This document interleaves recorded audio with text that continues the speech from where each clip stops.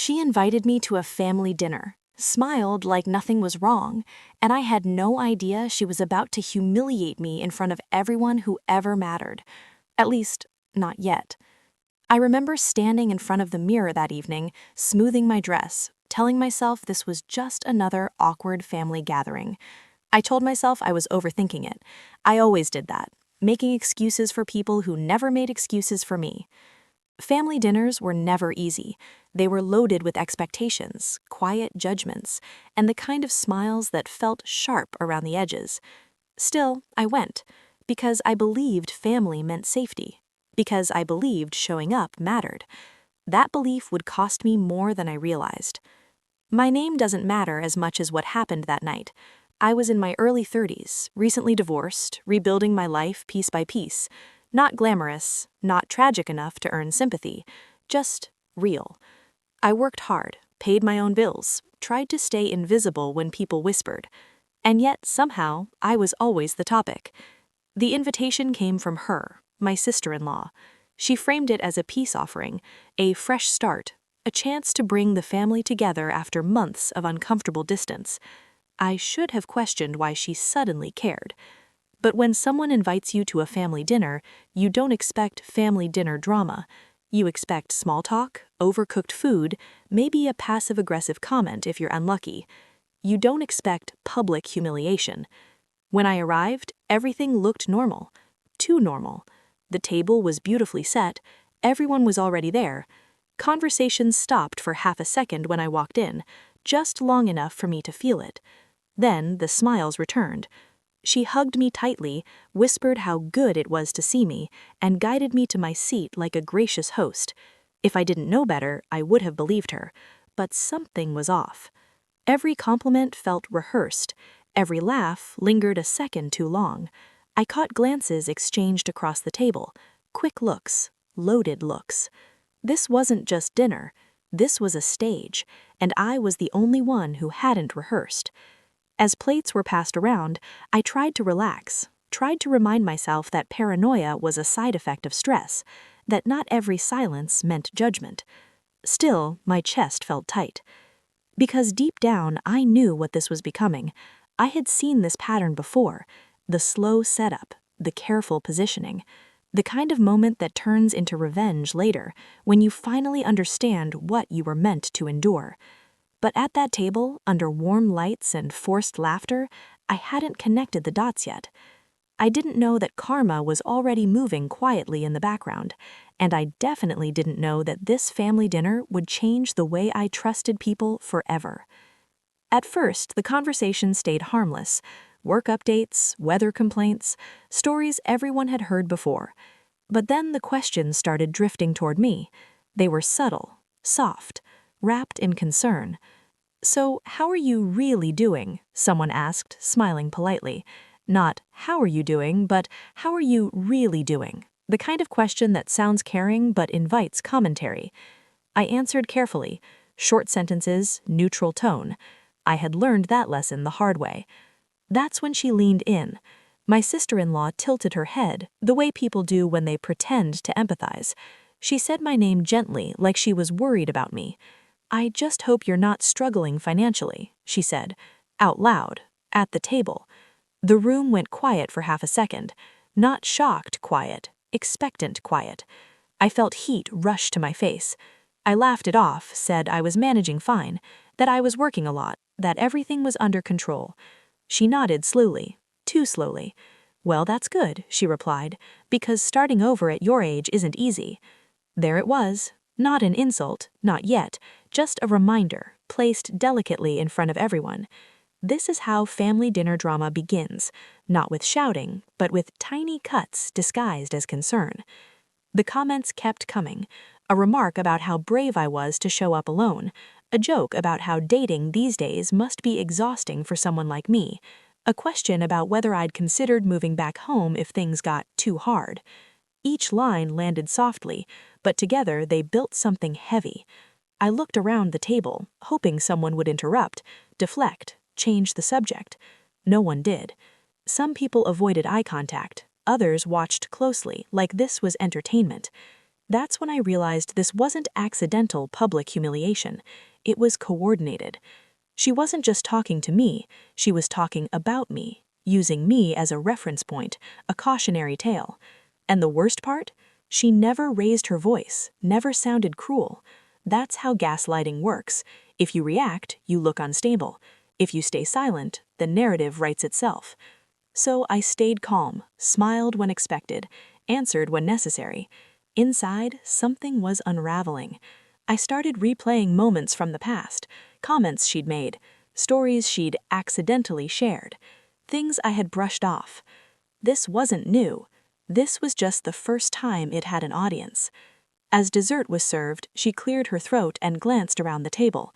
I saw the shift in her posture, the way people straighten up before delivering something important. That's when I knew. The real moment was coming, and whatever she was about to say next, it wasn't meant for me alone. This was no longer just an uncomfortable family dinner. This was a setup, carefully planned, emotionally precise, and I still had no idea how far she was willing to go. She didn't announce it. She didn't tap her glass or raise her voice. She just smiled and said, "Since we're all together, there's something I think we should talk about." Every instinct in my body went cold. She turned slightly toward me, but not fully. That way, it didn't look like an attack. It looked like a discussion. "I've been worried," she continued, "about some choices you've been making." There it was again. Concern. Soft, carefully worded concern. I opened my mouth to respond, but she kept going. "You know, when you called me crying last month," she said, glancing around the table, "it really scared me." I froze. That call was private, late at night, after I'd had a terrible day. I had trusted her. The room leaned in, emotionally, not physically. People were listening now. I felt exposed, like someone had opened a window inside my chest. She sighed, shaking her head slowly. "I just don't think everyone here realizes how fragile things have been for you." Fragile. That word echoed louder than anything else. I tried to speak, tried to clarify, but every sentence I started sounded defensive, even in my own head. This is how public humiliation works, not with lies, but with selective truth. She didn't say anything technically false, she just framed it. She talked about my stress, my divorce, my emotional moments. Moments I had survived, moments I thought were human. Now they were evidence. Across the table, someone cleared their throat. Another person nodded sympathetically. Not at me, at her. She was controlling the narrative, and I was losing ground fast. "This is a safe space," she added quickly. "I just think honesty is important in families." Safe. That word felt almost cruel. I felt my pulse in my ears. My hands trembled slightly under the table. I realized then that this wasn't about helping me, this was about positioning. She was the stable one, the responsible one, the hero, and I was the example, the unspoken warning. That's when I noticed something else. She wasn't looking at me anymore. She was watching everyone else's reactions, measuring, adjusting. This wasn't emotional, it was strategic. And suddenly, the entire family dinner drama made sense. The invitation, the timing, the audience. This wasn't about concern, this was about control. I swallowed hard and forced myself to stay composed, because I knew deep down that if I broke now, I would hand her exactly what she wanted. And yet, staying silent felt like agreeing. That's the trap. You don't realize you're in it until every option feels like a loss. I didn't know how to stop what was happening, but somewhere inside that quiet panic, something else started forming. Not anger, awareness. And once you see the pattern clearly, revenge doesn't come from rage, it comes from patience. I just didn't know yet how long I'd have to wait for karma to catch up. The room felt smaller. Not physically, but emotionally. The air grew heavy, like everyone was waiting for me to either explain myself or collapse. I chose neither. I sat there, hands folded in my lap, breathing carefully. Every instinct told me to defend myself, to clarify, to tell them she was twisting things. But something stopped me. I looked around the table and realized something terrifying. They had already decided who I was in this story, not because of facts, but because of framing. Anything I said now would sound like denial, or worse, proof. That's when she delivered the final blow. "I just think," she said softly, "that sometimes people don't realize how their choices affect everyone else." She paused, let the words sink in. "Especially when they're emotionally unstable." There it was, no longer implied, spoken clearly enough to land, vague enough to deny later. My chest tightened. I felt my throat close, the familiar pressure behind my eyes. Not tears yet, just the warning. This wasn't just public humiliation anymore. This was character assassination, and it was happening slowly, politely, in front of people who would remember it long after dessert was gone. Someone finally spoke, not to challenge her, to comfort me. "I'm sure she didn't mean it that way," a relative said gently, placing a hand over mine. The gesture felt kind, but it sealed my role, the fragile one, the problem. I nodded, forcing a small smile, because correcting them would only make things worse. That's when it hit me. This entire family dinner drama had been engineered to make me look exactly like this: quiet, overwhelmed, unstable. Not because I was, but because silence was the safest response. My heart was pounding, but my face stayed calm. I washed my hands slowly, grounding myself, breathing, thinking. Because while she was focused on controlling the room, she had overlooked something important. She had exposed herself, not to everyone, but to me. When I returned to the table, I didn't apologize, didn't explain. I simply thanked everyone for dinner and said I wasn't feeling well. She looked surprised, just for a second, not because I left, but because I left calmly. That's the moment she lost control, without realizing it. Because revenge doesn't start with anger, it starts with clarity. And while they thought the night had ended with my quiet defeat, I was already mapping something else, something patient, something undeniable, something that didn't need confrontation to let karma do the talking. I didn't confront her. I didn't text anyone afterward. I didn't explain my side. That silence wasn't weakness. It was strategy. People assume revenge has to be loud to be effective.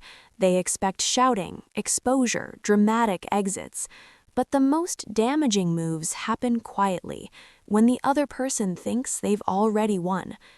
After that family dinner drama, I pulled back just enough to observe. I stopped volunteering information, stopped correcting assumptions, stopped trying to manage how I was perceived. And something interesting happened. She got careless. Without my emotional reactions to feed on, she started overplaying her role, telling my story a little too often, adding details that hadn't existed before. I heard about it indirectly. "She seems really worried about you," someone mentioned casually one day. The tone wasn't concerned anymore. It was confused. That's how public humiliation backfires, when the audience starts noticing inconsistencies. I didn't rush to defend myself. I let the gaps speak. Instead, I focused on rebuilding quietly.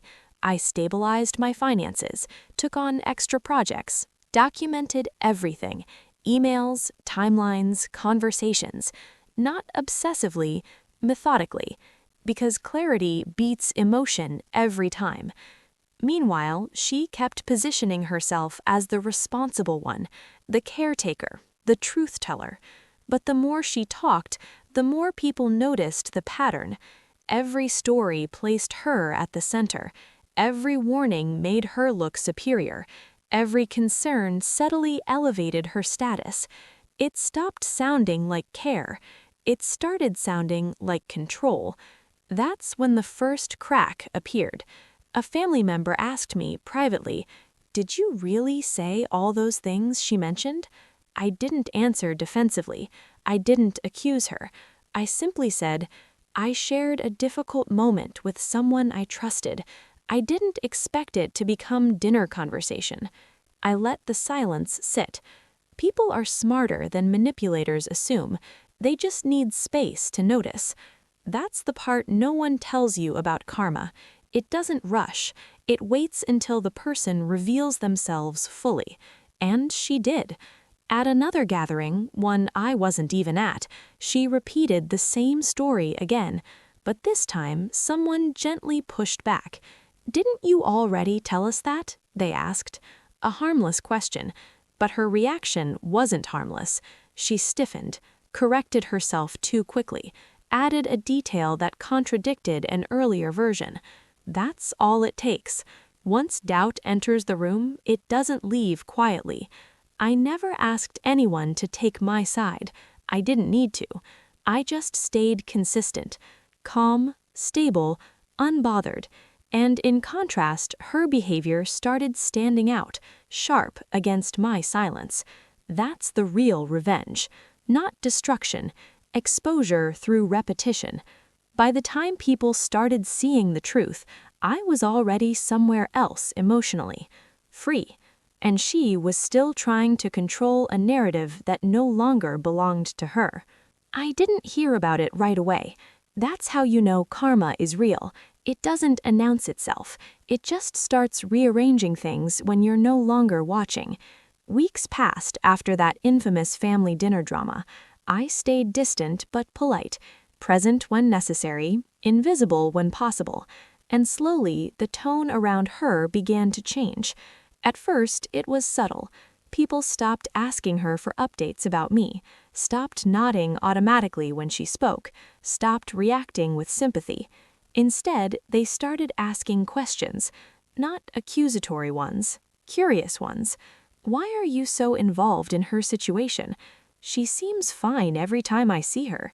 Did she ask you to share that? Questions like that don't sound dangerous, but to someone who thrives on narrative control, they're destabilizing. The real shift happened during another gathering. I wasn't there, but later someone told me what happened. She brought me up again, almost out of habit, a comment about how she hoped I was finally doing better. Someone laughed lightly and said, "She's been doing better for a while now, hasn't she?" Another person added, "Yeah, she seems more grounded than most of us lately." Silence followed. Not awkward silence, uncomfortable silence. She tried to recover, smiled, corrected, reframed, but the room didn't follow her lead this time. That's when public humiliation quietly reversed direction. Not onto me, onto her. People started noticing patterns they hadn't questioned before. How often she positioned herself as the savior, how every story centered on her insight, her concern, her moral clarity. It didn't look noble anymore. It looked performative. And once that realization lands, it spreads fast. I noticed it in small ways: fewer invitations, shorter conversations, people fact-checking her casually. She reached out to me once, a neutral message, too neutral. "Hope you're doing okay, haven't seen you much." I read it twice, and didn't respond. Not out of spite, out of closure, because by then the balance had already shifted. She no longer had an audience willing to play along. That's the part manipulators never anticipate. They think the story is the power, but consistency is stronger. I didn't need to expose her, didn't need to explain. I just lived well, and that made the contrast undeniable. Eventually, people stopped asking me about her too. They didn't need to. They had seen enough. That's what real revenge looks like. Not punishment, consequences. By the time she realized she'd lost credibility, I was already moved on emotionally. No anger, no bitterness, just clarity.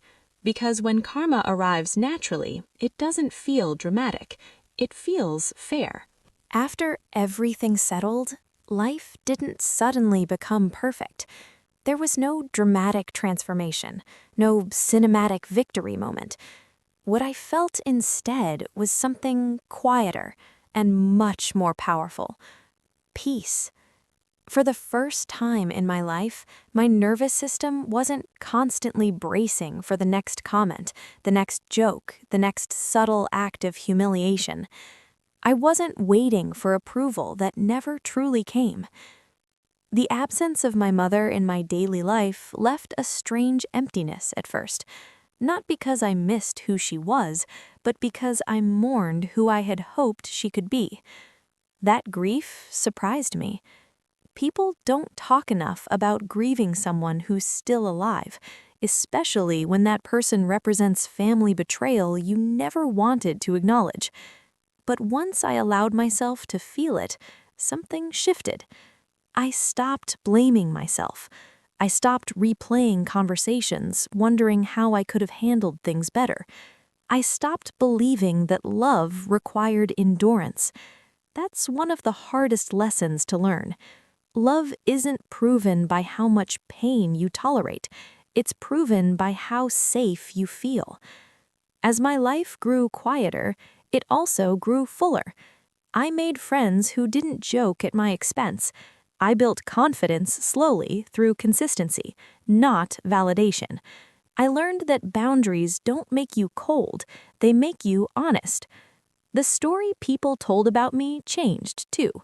Without me reacting, defending, or explaining, the exaggerated version of me lost traction. People began engaging with who I actually was, not who I had been framed to be. That's when I realized something important about revenge. The most satisfying kind doesn't turn you into someone you don't recognize. It doesn't harden you. It doesn't demand cruelty. It simply removes you from a system that was designed to break you.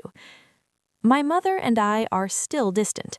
We exchange occasional neutral messages. There are no confrontations, no reconciliations. And that's okay. Not every story ends with forgiveness. Some end with clarity. The night of that party will always stay with me, not because of the laughter, but because it forced me to choose myself. What began as humiliation became a turning point. What felt like the deepest family betrayal became the foundation of a life built on self-respect. And the karma story? It didn't ruin anyone. It simply revealed what was already there. In the end, I didn't win because she lost. I won because I stopped playing a game that was never meant to be fair. For a long time, I thought telling this story meant reopening wounds, but now I see it differently. Some stories aren't told to accuse, they're told to release. If you're listening to this and feeling a tightness in your chest, there's a reason. Because situations like mine don't look extreme from the outside. They look normal, familiar, even loving. That's how family betrayal often survives, by hiding behind tradition, humor, and good intentions. Maybe your story isn't about a party.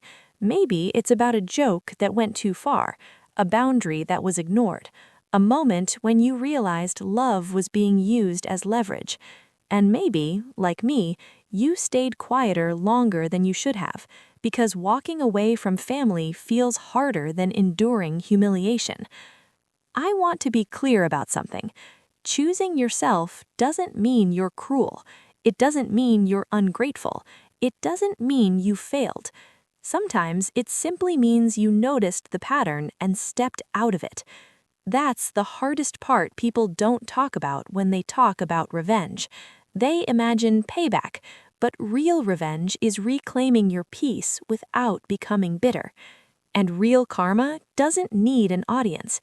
It unfolds naturally when truth is no longer protected by silence. I didn't cut ties to punish anyone. I did it to survive emotionally. And in doing so, I learned something that changed everything. You don't owe access to people who benefit from your pain, not even when they're family, especially when they're family. If you've ever been made to feel small in a room full of people who were supposed to love you, if you've ever smiled through discomfort just to keep the peace, If you've ever questioned your own memories because someone else insisted you were too sensitive, you're not alone, and you're not imagining it. So here's what I want to ask you, not as a call to action, but as a moment of reflection. If you were standing where I stood that night, if the people who should have protected you were the ones turning you into the punchline, what would you have done? Would you have spoken up? Would you have walked out? Or would you, like me, have stayed quiet, watched carefully, and chosen a different kind of ending? I read every response, because stories like this don't end when the video stops. They continue in the conversations we finally allow ourselves to have. And sometimes sharing is the first step towards breaking a cycle that was never yours to carry.